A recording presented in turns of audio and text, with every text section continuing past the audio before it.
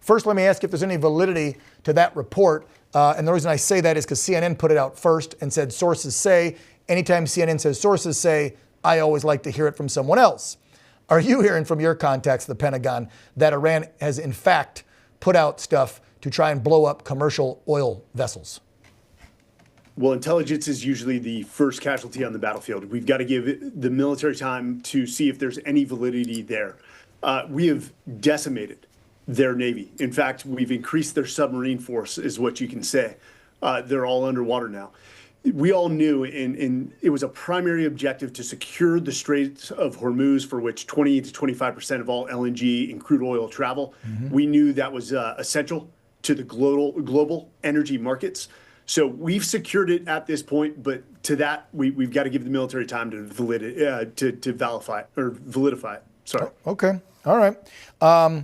Let's discuss other stuff that's going on. You mentioned the ships. I heard President Trump last night at that event down in Florida when reporters were questioning about the strikes in Iran, say we're up to past 51, I think, or 52 Navy vessels pretty much have decimated almost all their Air Force.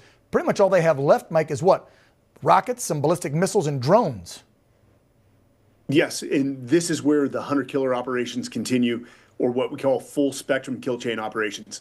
With the air dominance over the battle space of Iran, with our ISR assets, our satellites, they are looking for targets of opportunity because we have to assume that regime leadership is bunkered down within this mosaic of underground tunnels and bunkers. They're trying to wait this out. So as targets come up through ISR assets, they pass it to strike assets, they strike it. We're going to continue to decimate the Iranian ability to regionally project or conduct strikes. We've decapitated them. Don't put a timeline on this. The timeline, and on our timeline, was said by Pete Hegseth. We've got to continue this operation. 47 years for a few weeks, I think that is a small trade-off. Okay, and I agree with you. And I know a lot of people are upset, thinking we're going to another ending war, and how is America first? But, you know, we heard 4 past presidents say they were going to do something about Iran, and nobody ever did till Trump. Real quick, I want to get your take on that missile that hit the Iranian school and killed 100+ young schoolgirls. A lot of folks are blaming the U.S. Some are blaming Israel.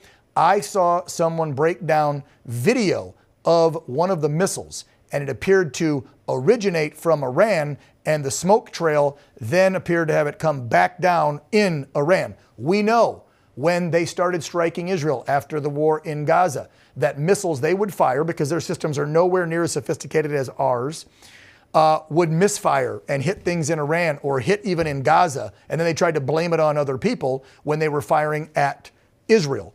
This is feasible to believe. Yes, it could have been friendly fire from Israel. It could have been one of ours, but it also could have been a misfire from them, and there's no definitive answer yet. Yes or no? The easy answer is we don't know. Okay. Nobody knows. And it's not, hey, journalistic integrity, don't jump to conclusions without all the information. Let's say this was collateral damage. You know, the rules of war, young men die, collateral damage also happens. It's tragic. If this were a missile, a TLAM, fired by our Navy, trust me, the sailors on that ship are feeling the pain. We take this seriously. Now, we will look into it, we will investigate, we will dissect the root cause analysis of how this happened and make the necessary changes.